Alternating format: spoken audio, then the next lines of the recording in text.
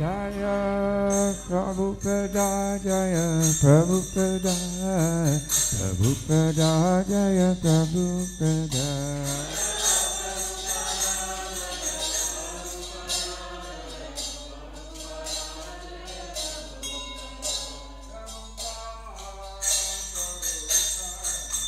Prabhupada, Jaya Prabhupada.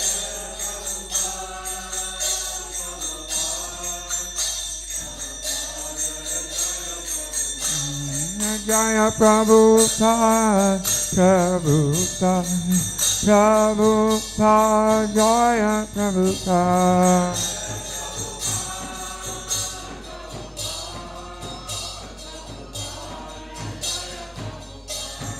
Shri Guru Charana Padma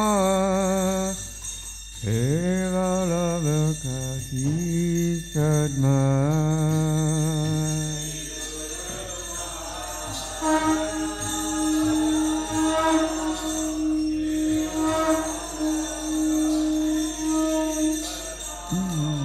Shri Guru Charana Padma Kevala Lokati Sadma.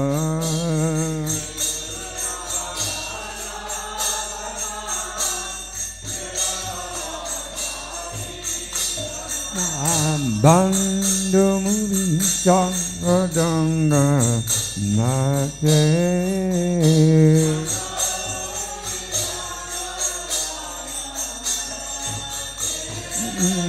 Bandhu Muni Saradana Nate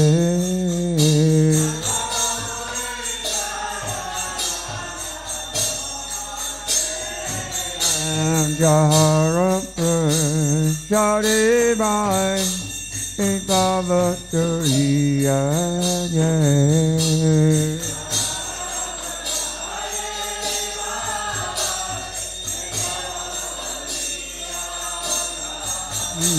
Jahara Prasade Bhai Bhavatariya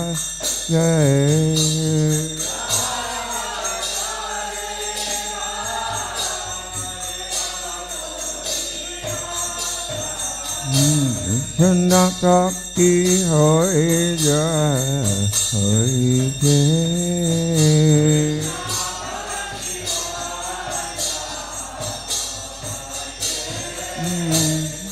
Nakaki hoya hoye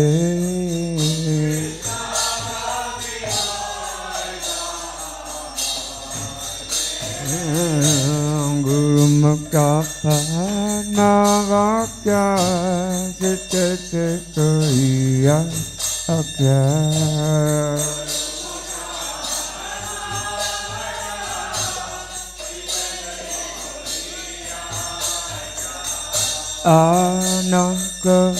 Anakariyamani Aka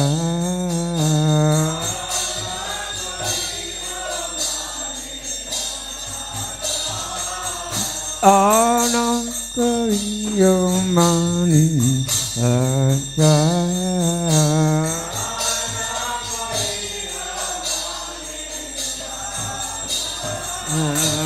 Guru Charana Rati Yesayutambhagati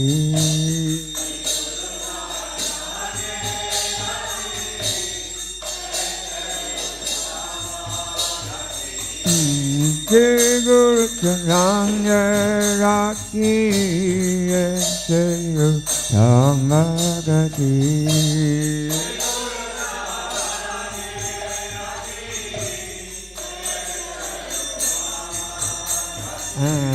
Yata Shakti Resarasa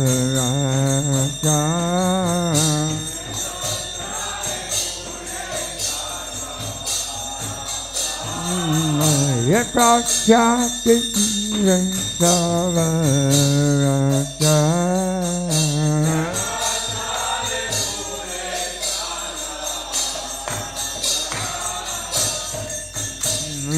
Chakudam dilode jami jami kadute Chakudam dilode jami jami kadute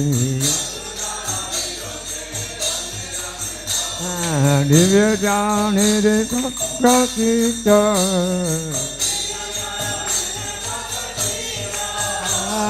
Divya jani de prakita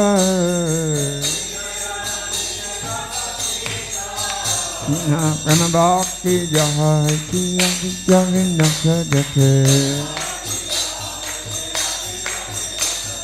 Prema Bhakti Jahai Kiya Vijavinda Sadhate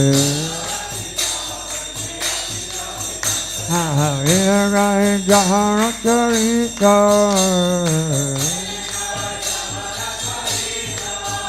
Harirai Jaharakarita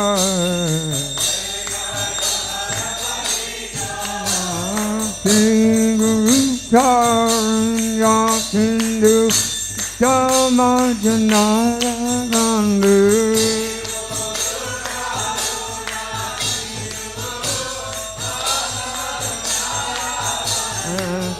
Gurupuja Sindhu Samajanara Gandhu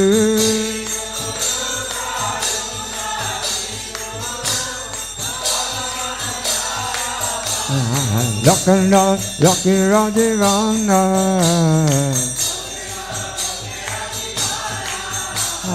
Lakanda Yakira Divana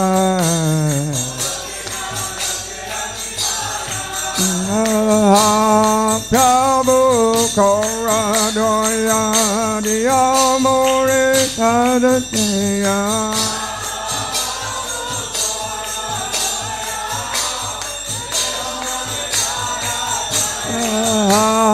Prabhu Koradoya Diyamore Tadateya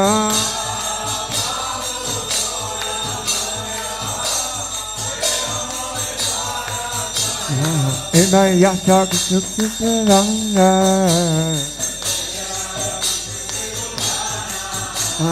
Ibayaka Kusukuranga Jaya Prabhupada Jaya Prabhupada Prabhupada Jaya Prabhupada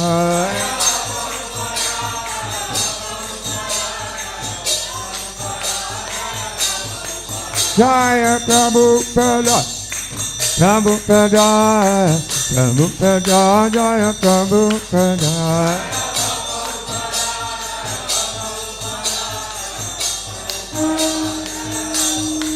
Prabhupada Prabhupada Prabhupada Jaya Prabhupada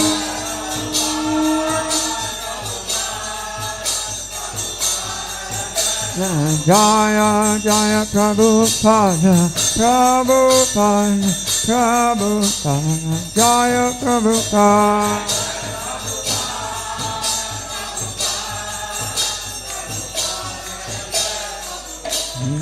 Srila Prabhupada Namaram Vishnu Padaya Krishna Prasthaya Putale Srimati Bhakti Vedanta Swami Iti Namine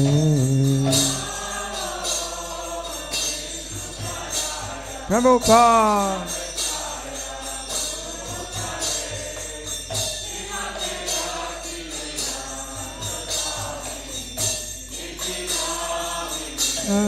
Namaste Saraswati Devam Gauravani Charini Nirvasya Sunyavati Sattari Sattarini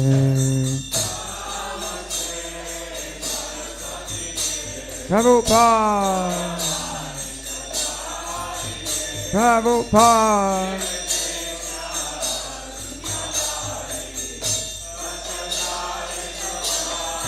Jaya Shri Krishna Chaitanya Prabhu Nityananda Shri Advaita Gadadhara Srivasari Gaurabhakta Vrinda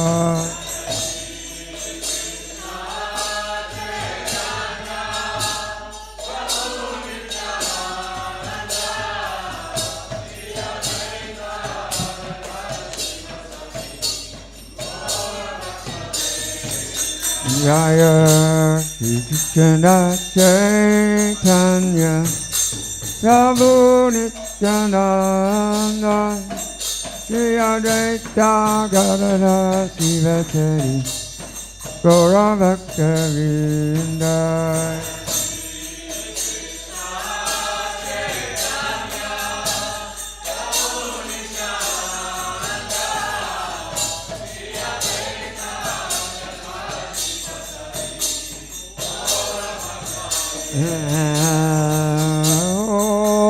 Bhakta Vrindaya Rakshana Rikshana Krishna Hari Hari Hari Rama Hari Rama Rama Rama Hari Hari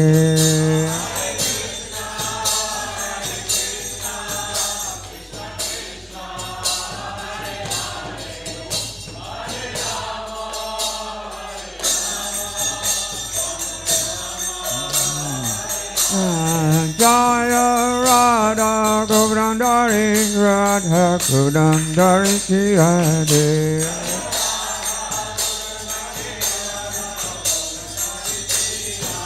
Jaya Radha Gurandari Radha Gurandari Radhe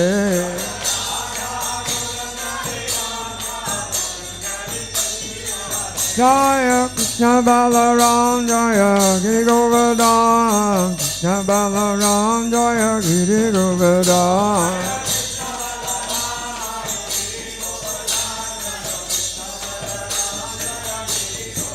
Jaya Gauranitai Gauranitai Gauranitai Jaya Gauranitai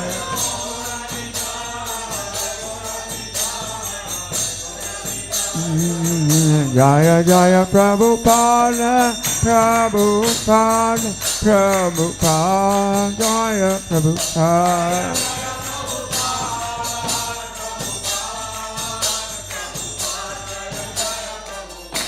Jaya Om Shripat Pranamahamsa Parivat Gacharya Satashi Srimad His Divine Grace A.C. Bhaktivedanta Goswami Maharaj Srila Prabhupada Ki Srila Nantakuri Vaishnava Vrinda Ki Namacharya Sri Haridas Thakur Ki Prem Sikahos Krishna Chaitanya Prabhu Nityananda Sri Advaita Gadadha Sri Vasadi Gaura Bhakta Vrinda Ki Shri Radha Krishna Gopinath Shama Kunda Radha Kunda Giri Govardhana Ki Sri Vrindavan Mayapur Navadvip Dham Ki Ganga Devi Muna Devi Tulsi Devi Bhakti Devi Ki Priyat Vedanga Chandral Harinam Sankirtan Ki Shama Veda Bhakta Vrinda Ki Jai Gaura Premanandi, oh glorious assembled devotees, oh glorious assembled devotees, oh glorious assembled devotees, oh glorious to Sri Guru and Sri Gauranga.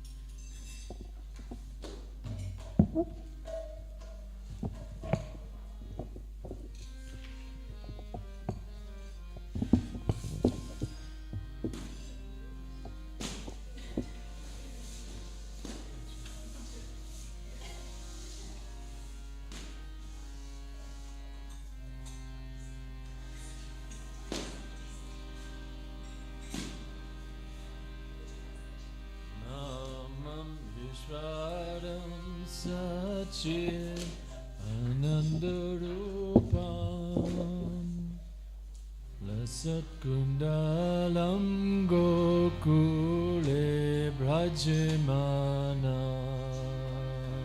Namam Vishwaram Sachit Anandarupam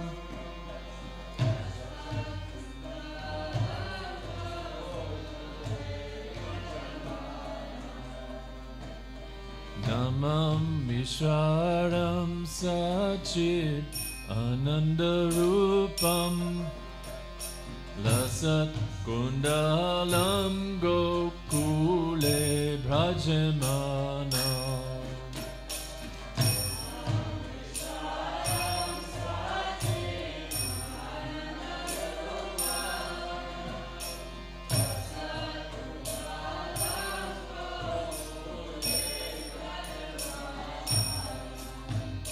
Yashoda Diyolukalandabramanam Param Brishtam Matyan Tato Dutya Gopya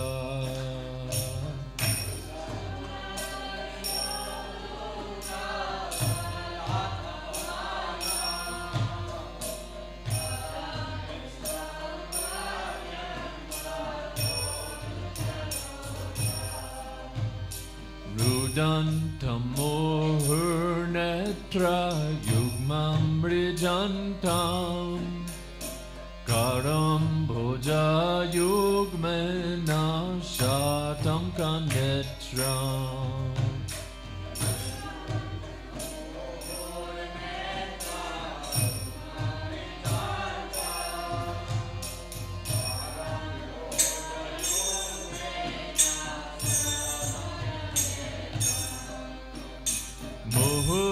rasa kampachi rekanka kanta Sita graivam damodaram bhakti badha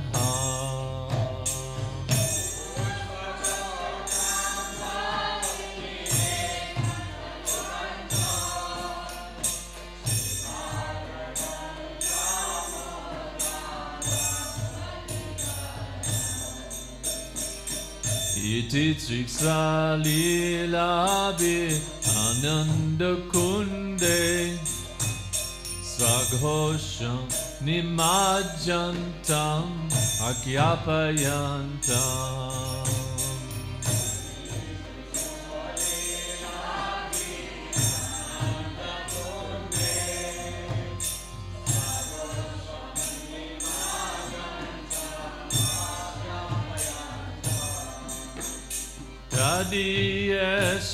Adiyashitageshu bhaktajitatvam Punaha prematastam shatavriti vande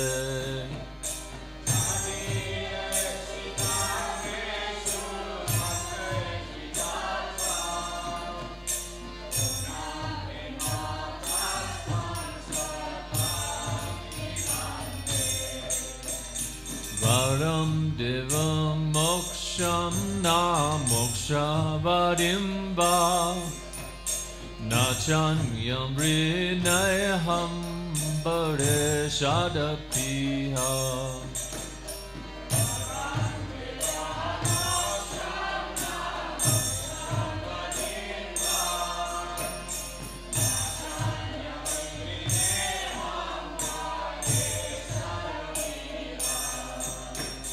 Idam te vapurnat gopala balam Sadam imanas avirastam kim anyay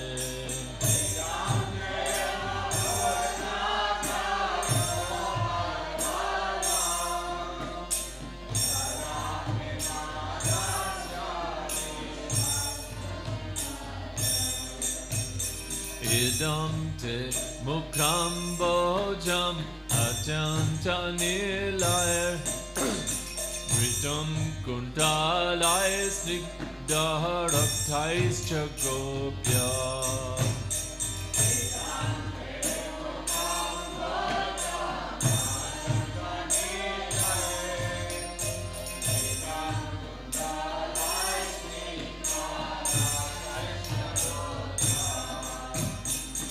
Kripa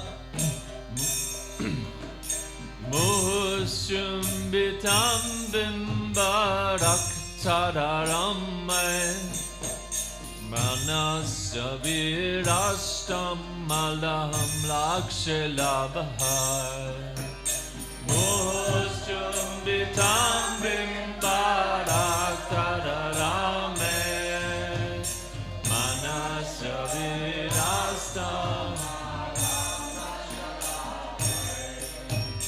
Namo Deva Damodarananta Vishnu Prasida Prabho Dukha Jalabdi Magnam Namo Deva Damodarananta Vishnu Prasida Prabho Dukha Jalabdi Magnam Kripa Dristi Vristati Dinam Bhatano Grihani Shamamagyame Yakshidrisya Kripa Dristi Vristati Dinam Bhatano Grihani Shamamagyame Yakshidrisya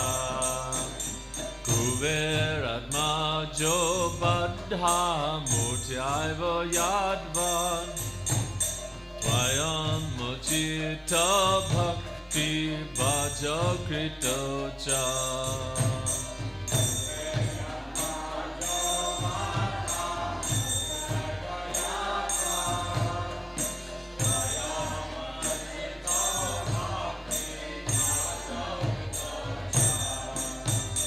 Tata prema bhaktim sakham me prayacha Namokshe graho me sidamodareha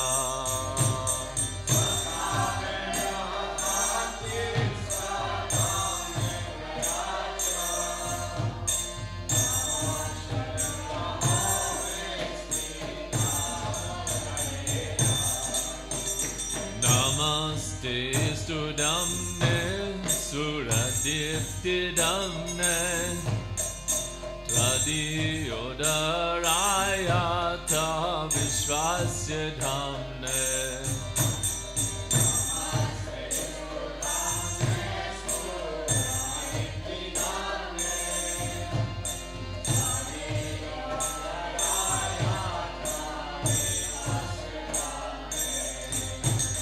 Namo Radhikaya Tvadiya Priyaya Namo Nantalilaya Devaya Tubhyam Namo Radhikaya Tvadiya Priyaya Namo Nantalilaya Devaya Tubhyam Hare Krishna, Hare Krishna, Krishna Krishna,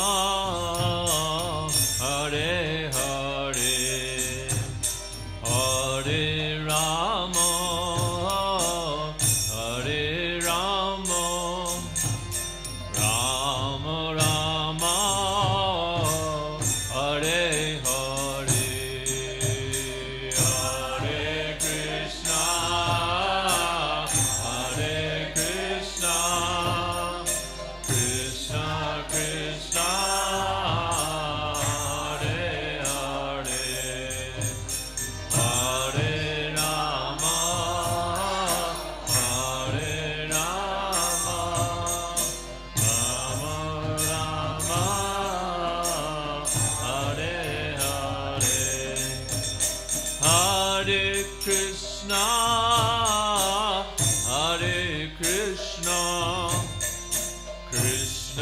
Krishna,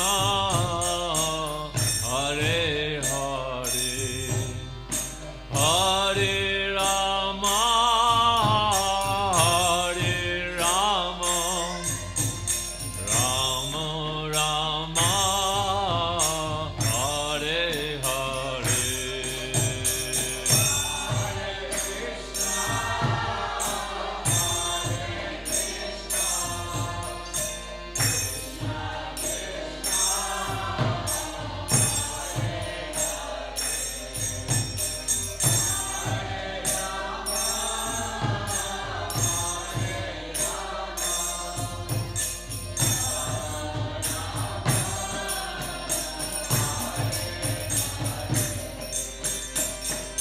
Hare Krishna, Hare Krishna, Krishna Krishna, Hare Hare,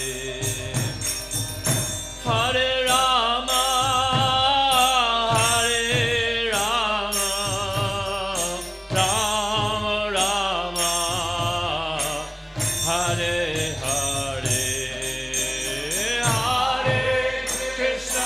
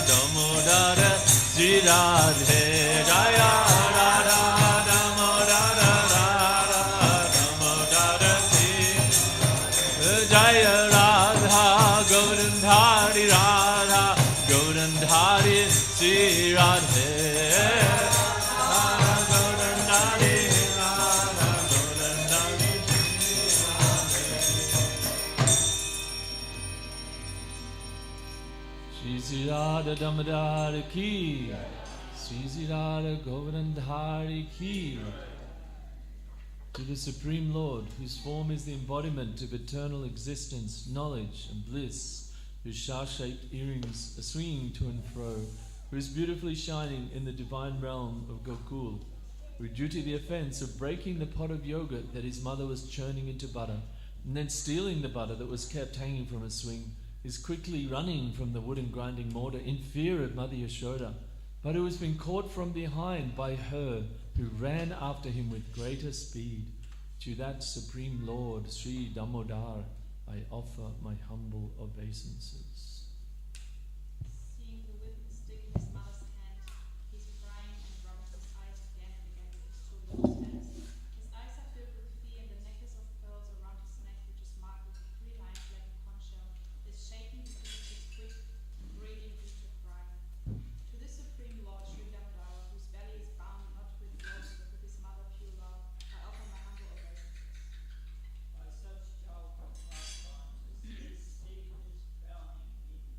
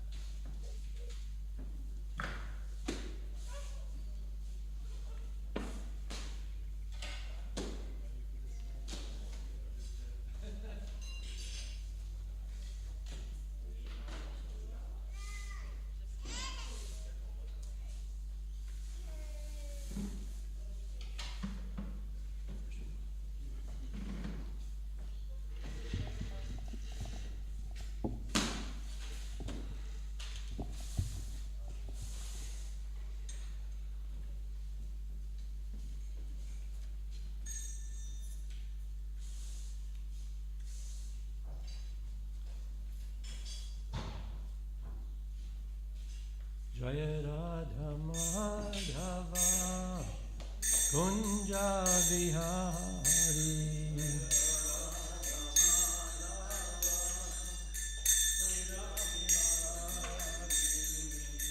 Gopi Jana Balabad Girivardhari.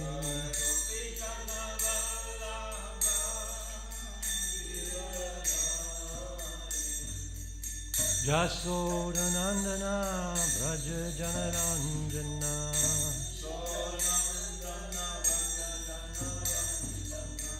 Jasodanandana Braja Janaranjana.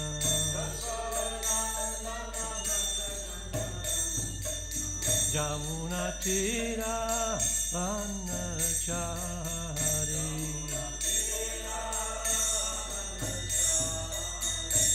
Jaya Radha Madhava Kunja Vihari.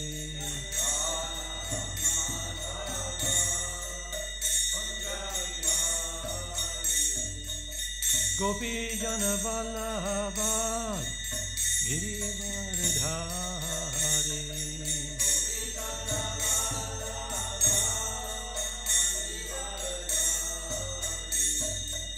Jasodanandana Braja Janaranjana.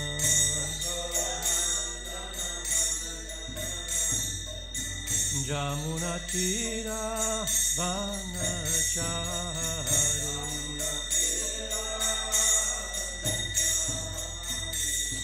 Jaya Radha Madhava Kunja Vihari.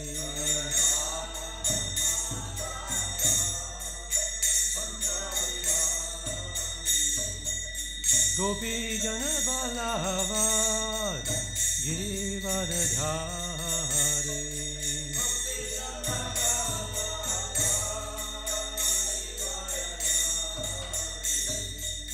Gopi Jana Vallabha Girivardhari.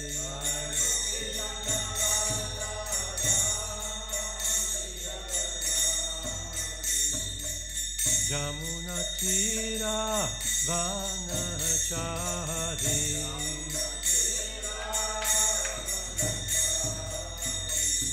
Hare Krishna, Hare Krishna, Krishna Krishna, Hare Hare, Hare Ramo, Hare Ramo, Rama Ramo, Hare Hare.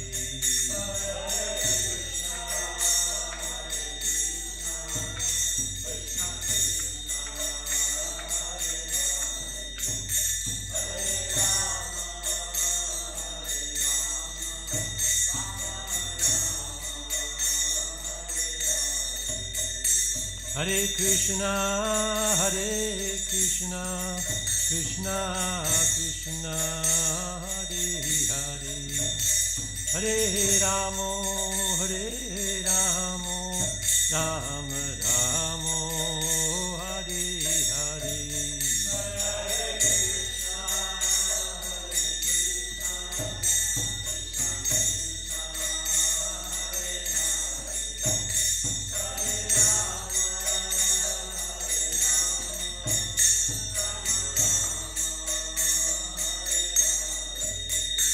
Hare Krishna, Hare Krishna, Krishna Krishna, Hare Hare, Hare Ramo, Hare Ramo, Rama Ramo, Hare Hare.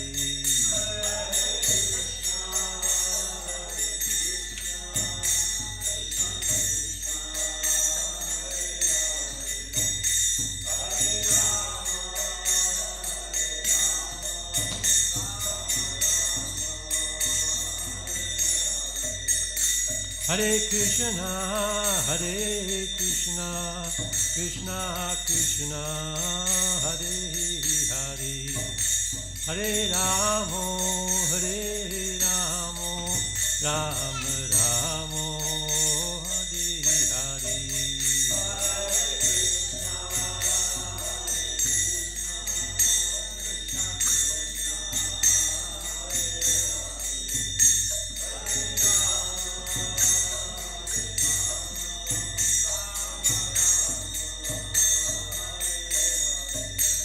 Jaya Prabhupada, Jaya Prabhupada, Jaya Prabhupada, Jaya Prabhupada.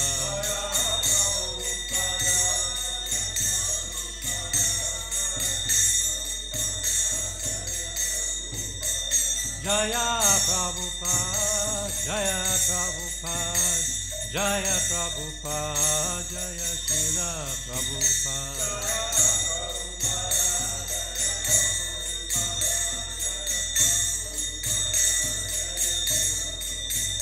Jaya Prabhupada, Jaya Prabhupada, Jaya Prabhupada, Jaya Prabhupada.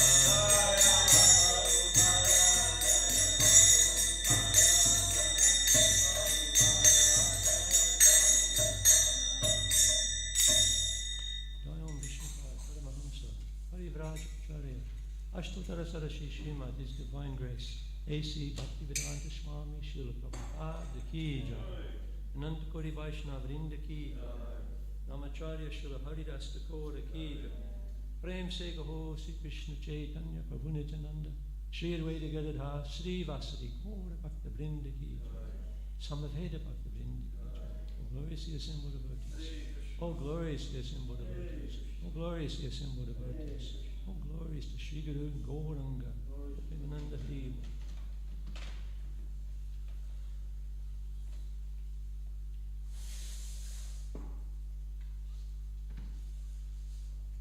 Om Namo Bhagavate Vasudevaya. Om Namo Bhagavate Vasudevaya. Om Namo Bhagavate Vasudevaya. Om Namo Bhagavate Vasudevaya. Om Namo Bhagavate Vasudevaya. Text 21. Right. Damas Chatushpan Manujan Krite Samanvutate Sa Evanyeshvadhamena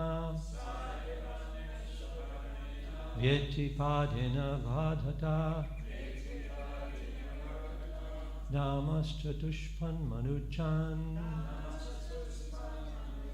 Krite Samanvutate Sa Evanyeshvadhamena Yeti Padena Vahata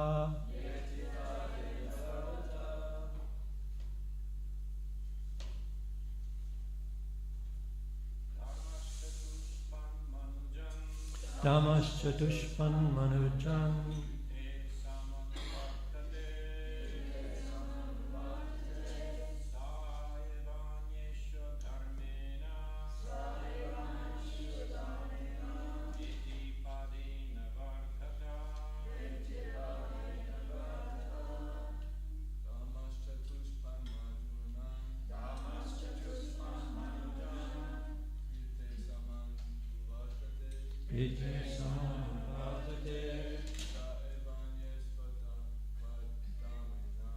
Sadhaneshvadhamena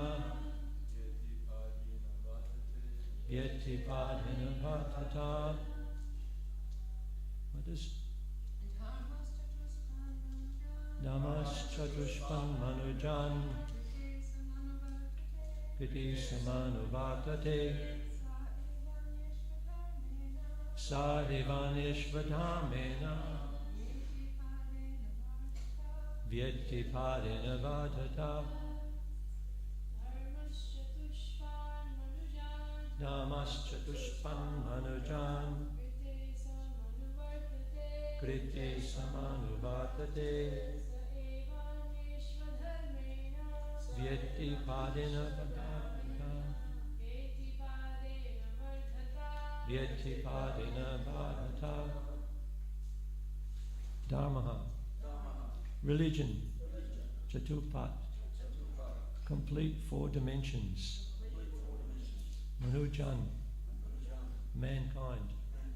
Kriti, in the Satya Yuga. Samuvartate, properly maintained. Saha, that. Eva, certainly. Aneshu, in other, adamena, by the influence of irreligion, yeti, declined, pardina, by one part, vadhata, gradually increasing proportionally. Translation. O Vidura, in the Satya millennium, mankind properly and completely maintained the principles of religion. But in other millenniums, religion gradually decreased by one part as irreligion was proportionately admitted. Report by His Divine Grace Srila Prabhupada. In the Satya millennium, complete execution of religious principles prevailed. Gradually, the principles of religion decreased by one part in each of the subsequent millenniums. In other words, at present there is one part religion and three parts irreligion. Therefore, people in this age are not very happy. As far as I'm aware, the verse number 20 wasn't read on Friday either, so I'll just read that now. The transitional periods before and after every millennium, which are a few hundred years as aforementioned, are known as Yuga Sandhyas, or the conjunctions of two millenniums, according to the expert astronomers.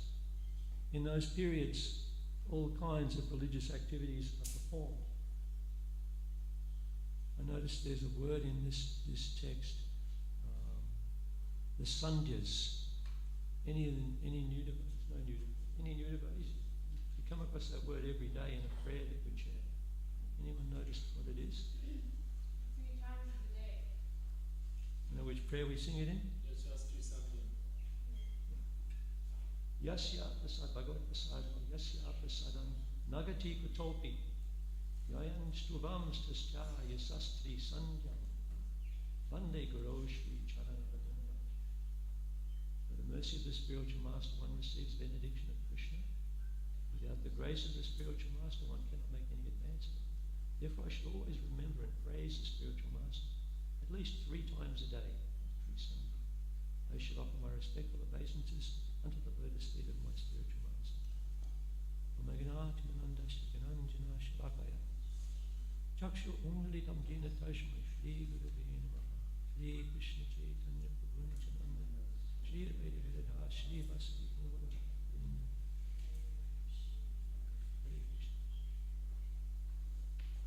I was thinking my only qualification for sitting here and trying to give a class is that I think I've hit every single pothole you can hit along the way.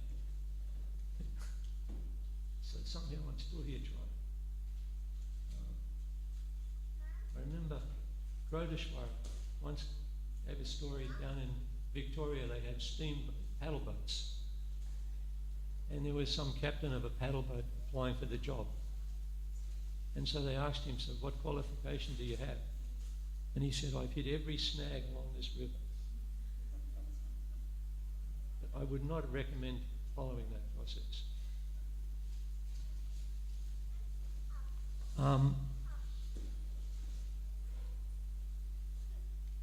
So, in the purport, Prabhupada talks of the execution of religious principles. So we understand that these principles of religion as austerity, cleanliness, mercy, and truthfulness. Prabhupada comments on where the verse talks about the Satya millennium. He says these 4 principles of advanced civilization were remarkable features in that age, the age of Satya. In that age, every human being was practically a qualified Brahmin of the highest order. They were all Paramahamsas, or of the topmost in the renounced order. Because of a culture based on these principles, people in Satya Yuga weren't under the control of the material energy. The people in Satya Yuga, we understand, live for thousands of years and they practice meditation. But Prabhupada has pointed out, and the scriptures point out, in this age, we can't do that. We're always disturbed, always unlucky, misguided, and we have short lives. As the ages wore on, gradually these basic principles of Brahminical culture, austerity, cleanliness, mercy, truthfulness, became curtailed. Prabhupada said, or I asked, but by what? So Prabhupada says, by a proportionate development of pride, by men illicitly dealing with women and intoxication. These are the influences that are gradually reducing these principles of Brahminical culture. And then Prabhupada points out, really poetically, he says the path of salvation, or the path of transcendental bliss, retreated far, far away from human society. It's sad, isn't it? The path of salvation, or the path of transcendental bliss, retreated far, far away from human society. From a Vedic perspective, we can see that in the age we live in, these principles are absent or that they've atrophied in the West. We understand these qualities, Brahminical life, Brahminical culture, can be destroyed by lifestyle. For example, it's described cleanliness is destroyed by uncontrolled sex. Despite the media's glossy portrayal of easy, unrestricted lifestyle, magazines, the movies, they all portray this wonderful life you can have with unlimited sex if you just find the right partner. For example, in this country, STDs are rampant. That we try to follow that sort of lifestyle, and this is the result. Even in this country, even in Australia, with modern medicine, apparently there are 8 fairly common sexually transmitted diseases. Who would have known? And guess what? 4 of them are incurable. So this is what people are being misled into. You know, it's like this goal is put forward. Follow this path and you'll be happy. But actually, if you know, you probably haven't seen, but in the media at the moment, they have all these gambling ads. And after every gambling ad, they have, you're probably going to lose. So at least they're sort of trying to combat it because people are really being destroyed by it. So they should have the same thing with these big billboards showing, you know, the enticement of sort of unlimited sexual thing. You'll probably get an STD. Mercy is destroyed by meat eating. In the West, there's slaughterhouses everywhere. Srila Prabhupada often took people to task over that commandment, thou shalt not kill. I was listening while I was doing some preparation on this, that Prabhupada was talking with Cardinal Daniel, and as a Christian, they're trying to argue that actually animals are not quite the same as humans. They have a different sort of a soul. And Prabhupada was trying to argue with him, well, just on the principle of mercy, of compassion, why should we kill them if we don't have to? But it wasn't really getting through to the cardinal. He said, yeah, but they're not the same as us. So then Prabhupada took another tack, and he said, if we look at things that have the same symptoms, like if I hurt an animal, it winces in pain, it cries out. If it gets hungry, it looks for food. If its loved one is taken away from it, it's in distress. So we should see that the symptoms are the same. The body may be different, but the spirit soul there is the same. Austerity is destroyed by intoxication. Living in this world brings struggle. Some suffering always comes along. But some people resort to intoxication rather than face, why am I suffering? There's nobody here who hasn't experienced distress from the material world. If I'm wrong, please put your hand up. The material world brings distresses with it, out of the blue. Would you close that? Thank you. Disturbances come out of the blue. We understand intoxication is physically, mentally, and spiritually has to be detrimental.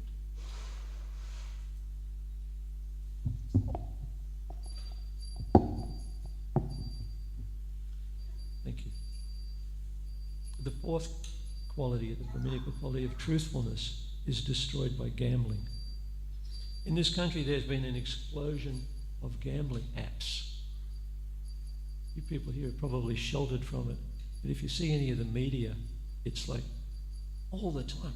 Do something with your mates. Hey, back a race. Do this, do that.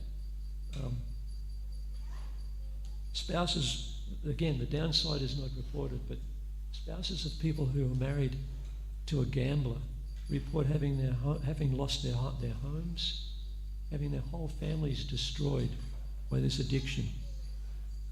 But again, in the West, it's portrayed as something really cool to do. Especially they're approaching or trying to appeal to young people. This is something really cool. Place a bet. You're watching the cricket, whatever you do, whatever sport you're into, you can bet on anything. Actually, apparently Australians lose more in gambling than any other country in the world. This last principle of truthfulness is described as the only principle of Brahminical culture that's still left, and it's tottering. Like, for example, we see that you can be convicted of perjury if you tell a lie in court. The truthfulness still has some credence. If a person in Parliament tells a lie in Parliament, then they can be more or less thrown out of their office.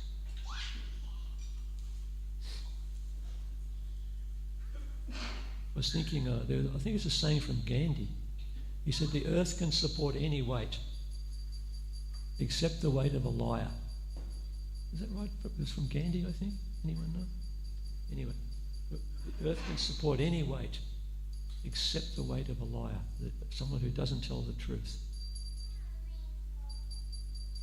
And the other principle of austerity, there was a line from Bhaktivinoda Thakur. Excuse me. He wrote a poem.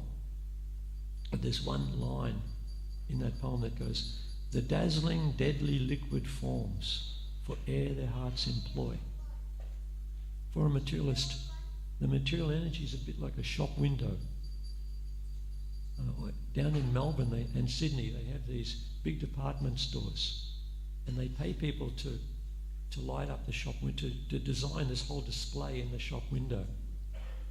So you're walking along, you have no intention to buy something, but suddenly you see this attractive thing in the window. And so you're caught. So the material energy is a bit like that, isn't it? That there's always a display going on.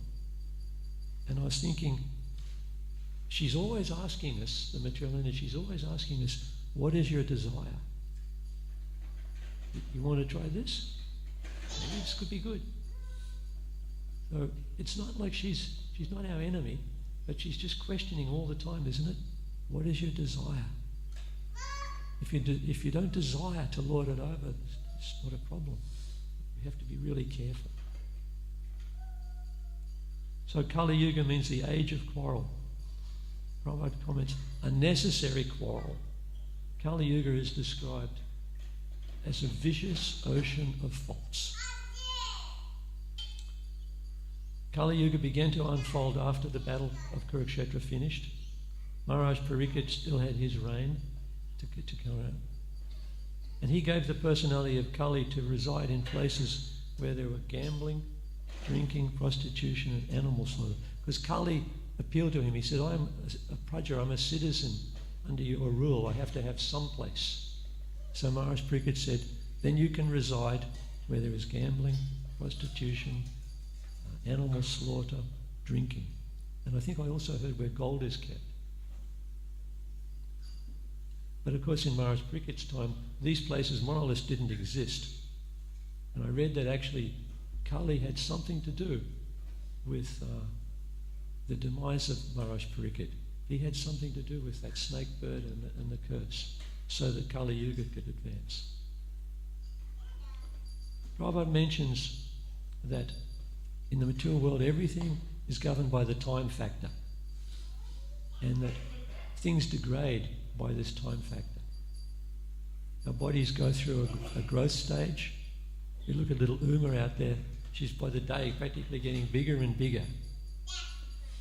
Then then there's a maintenance period of life.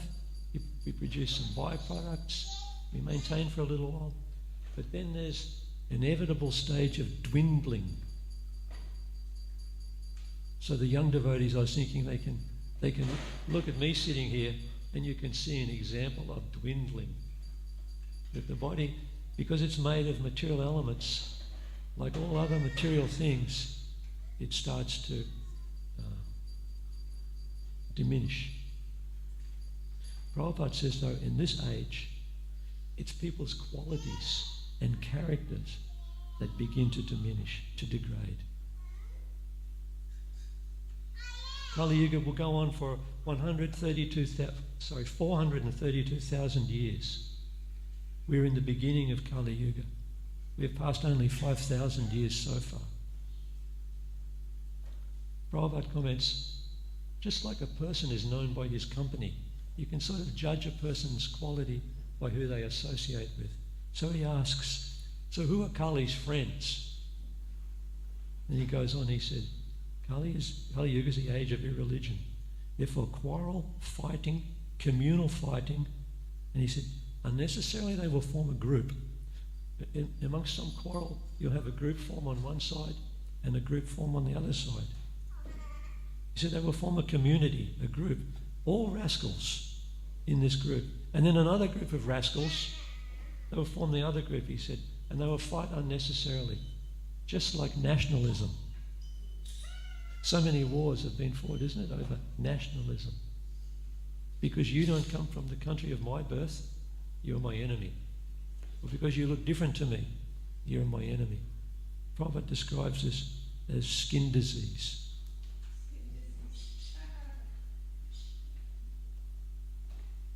He says, as soon as people are addicted to these four principles, illicit sex, meat eating, intoxication, and gambling, and that they go on where everyone can see, we know we're in Kali Yuga.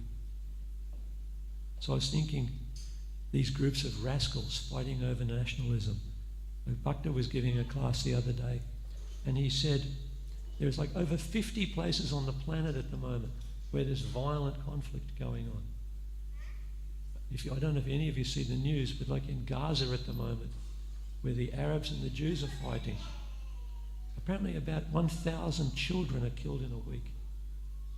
Every 10 minutes, because of the bombs and what have you that are going on, another child is killed. It's obscene.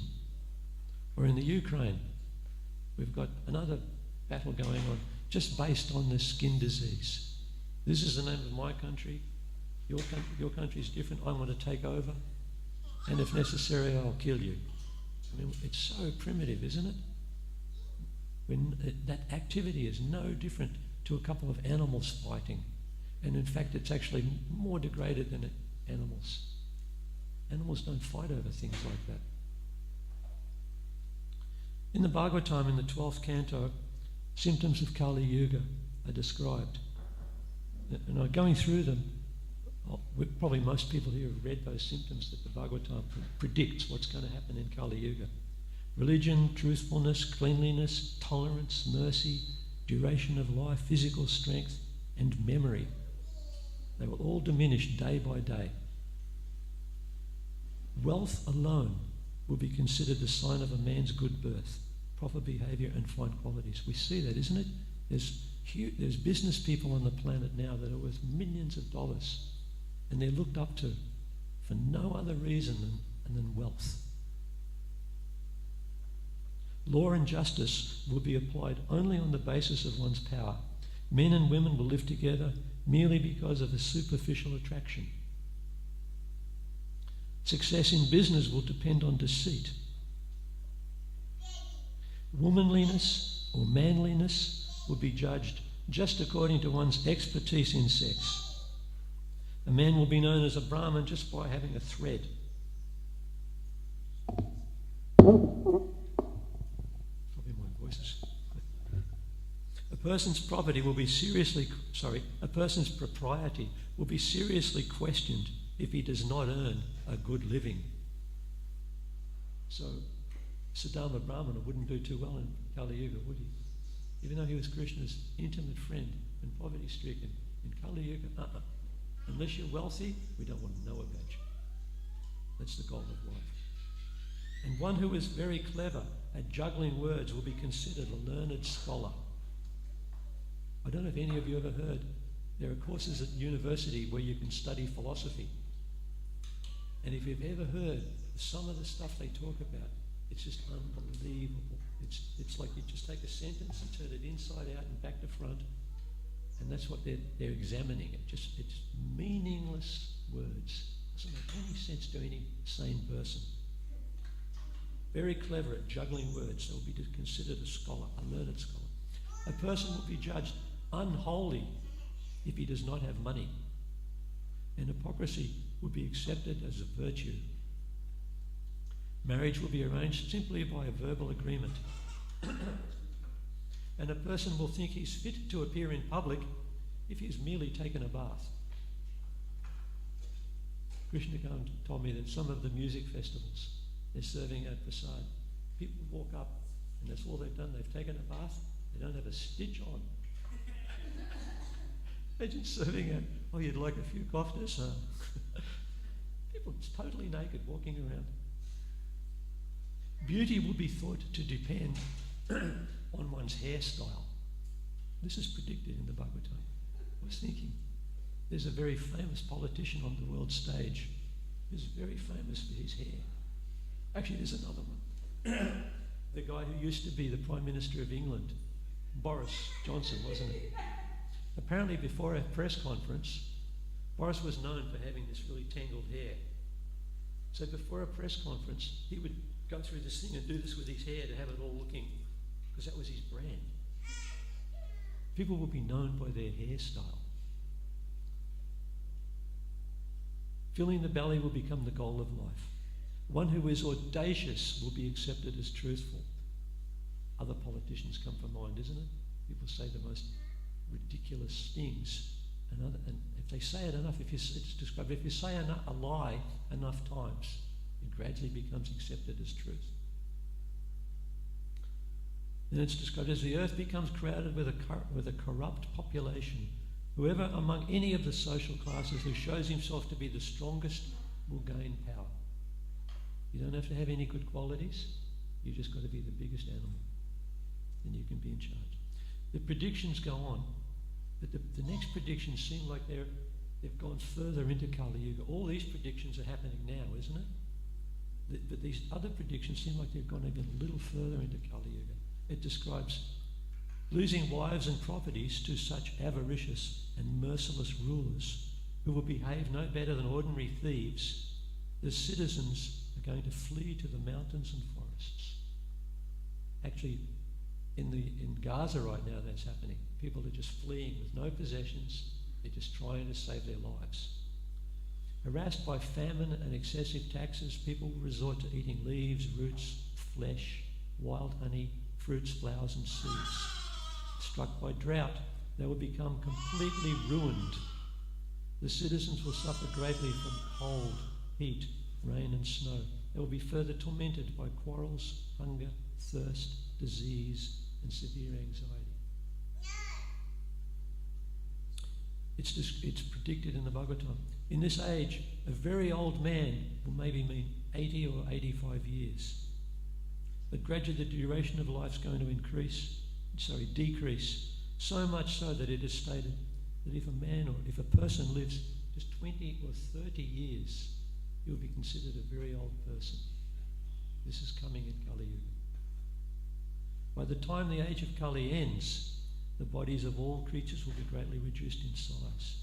The path of the Vedas will be completely forgotten in human society, and so-called religion will be mostly atheistic. The kings will mostly be thieves. The occupations of men will be stealing, lying, and needless violence. Social classes will be reduced to the lowest level of Sudras. There was a discussion between Srila Prabhupada and a personality. Back in 1966, there was a guy called Allen Ginsberg. He was a poet at the time, and he worked at I think he was a professor at a university also. Anyway, he was one of the first sort of people who were somewhat in the public eye to openly support Srila Prabhupada. he donated a harmonium. Anyway, so Prabhupada was having a conversation back in 66 with Allen Ginsberg. Prabhupada says, there are 400,000 years left to this age. And Ginsberg says, will the people still be chanting Hare Krishna? Prabhupada says, no. Hare Krishna will be finished in 10,000 years. There will be no Hare Krishna. Allen Ginsberg, what will be left? Prabhupada, nothing.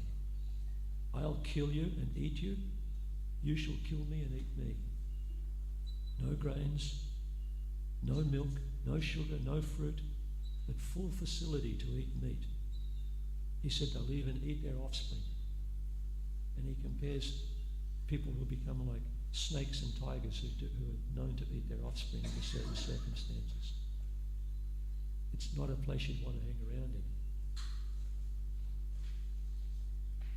If the Bhagavatam is that accurate with its predictions, then it'll be equally accurate as to what's going to happen in the future. So I was thinking, how does this progression of Kali Yuga unfold? What are some of the means by which it unfolds? Over the last several centuries, there's been this sort of movement of the Western powers, Western countries, to colonize more simple countries, sometimes described as less developed countries. But actually, sometimes these so-called less developed countries, they have a much stronger spiritual base. They recognize that there are divine powers behind what's going on, like in storms, in water, in abundance. In the West, this is all gone. For centuries, Western countries have invaded other countries.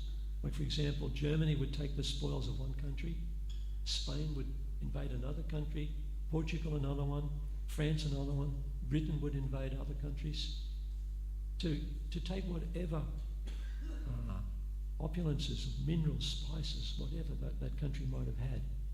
And these Western material values were enforced. If those poorer countries tried to object, then they would just be ruthlessly subdued. There's an example of this. Since the early 1700s, there was a company called the British East India Company.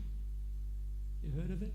Anyone heard of it? It was owned by some Britishers, and it started trading in India because it wanted to get into the spice trade.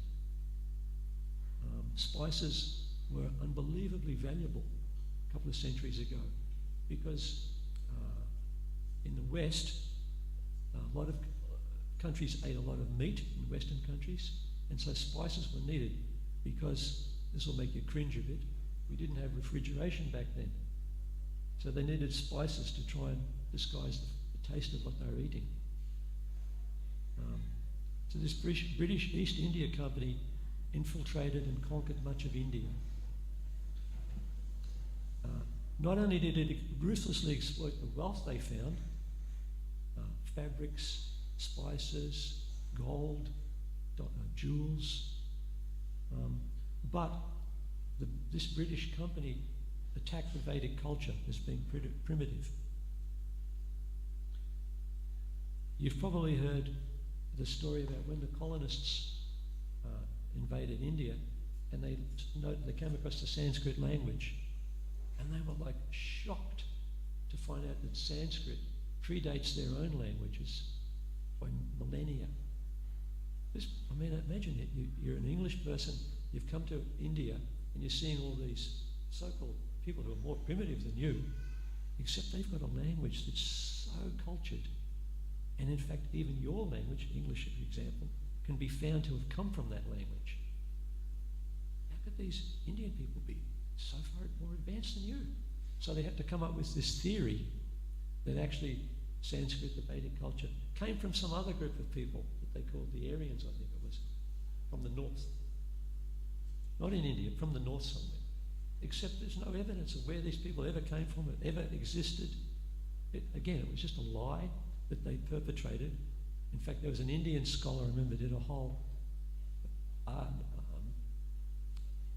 investigation of this, and he said, these are lies with long legs. These lies have gone on for a very long time, that this Vedic culture must have come from somewhere else. The East India Trading Company at one time had a standing army of more than 200,000 men. I mean, that's centuries ago now. That was about twice the size of the British Army. Remember, this whole endeavour, this trading company, it's all about just making profit. So why would you need an army of 200,000 men? Because if anybody objected to what you were doing, too bad for them. Eventually, actually, it became so bad, even the British government had to shut this company down. Also, along with this trading company invading India, so-called Christian missionaries sort of piggybacked onto this company and sort of went with them to point out to these poor native people that their own religion was inferior to this religion that they were bringing. I say so-called Christian missionaries because I remember years ago I had this book by a Christian priest who decided he was going to go to Vrindavan. He'd heard about Vrindavan and he was going to preach there. And in his book he says, I went to Vrindavan to bring Jesus to Vrindavan, and I found Jesus was alive and well all over Vrindavan. So not all priests were that bigoted. Imagine he goes there and finds Jesus is alive and well. He's all over. His principles are all over Vrindavan. They're already practicing it. So basically Kali Yuga has progressed as these materialistic Western values have been foisted on every country in the world. This includes the materialistic worldview of science. That worldview is that life can be explained in terms of matter alone. That there's no need for a divine principle, that I can explain the very basis of life just by talking about material elements. In fact, atheist scientists go further and they say that life has to be explained by matter alone. If you happen to be a scientist who disagrees with that, for example, there are some really developed scientists who talk about intelligent design. But if it becomes public that this is your opinion, you can lose your position, you don't have a job anymore. In other words, this so-called openness of science, it's not really practiced. Unless you follow the prevailing atheistic trend, you're out of it. You don't have a job. So in conclusion, especially in the West, we have created and come to rely on unbelievably complex technology. You know the technology we have now, we've got Wi-Fi, we've got computers that fit in your pocket. They say that your mobile phone is vastly more powerful than the computer they had when they sent the guy to the moon. So this technology is becoming more and more developed. Somebody from 100 years ago would be dumbfounded at the gadgets, the mature technology that we have now. And the next thing around the corner is artificial intelligence. And actually even governments are worried about this because it's going to put tens of thousands of people out of work. It's going to completely change, move around society's values again. Already in places like China, they have artificial intelligence, like cameras and things, watching people at all times, 24/7. They can recognize a face, and if you're not doing what they want, then you lose points. You might lose your house, or you lose your prestige, you lose facility. So the government can use this sort of technology to enforce whatever viewpoint they've got. But in this age, the facility of chanting Krishna's names is offered.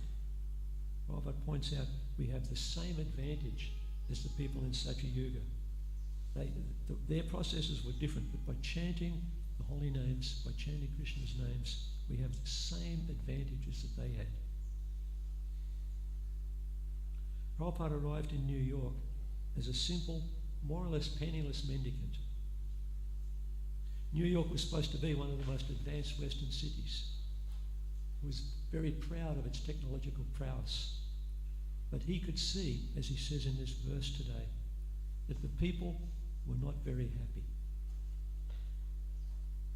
This observation of his that the people of the age were not very happy is poignant.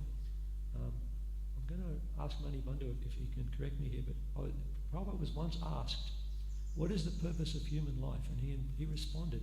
Obviously, he responded with different answers at different times, but he said, to enjoy life. Have you heard that one, Mani? One answer, to enjoy life. And he offered, what Prabhupada offered to us, he said, that to live a life conscious of Krishna, serving Krishna, he said, is to live life with a thrill at every moment. That's a pretty good promise, isn't it? We don't see too much of that going on in the outside world. In fact, I remember I was reading in Yogeshwara's book about Prabhupada's biography. In 1977 or late 76, there was a court case in America when they were trying to attack the very principles of Bhakti Yoga. And Prabhupada made a comment. He said, they may attack us for so many reasons, but he said, they cannot take away that the devotees are bright-faced. The proof is in the pudding, isn't it? The devotees are bright-faced. They're enthusiastic. They're living life with a thrill at every moment. I've finished there, Prabhuji. Thank you so much. If anyone has a realization or a correction or something they want to add, please. We have a couple of minutes. Just a question about that.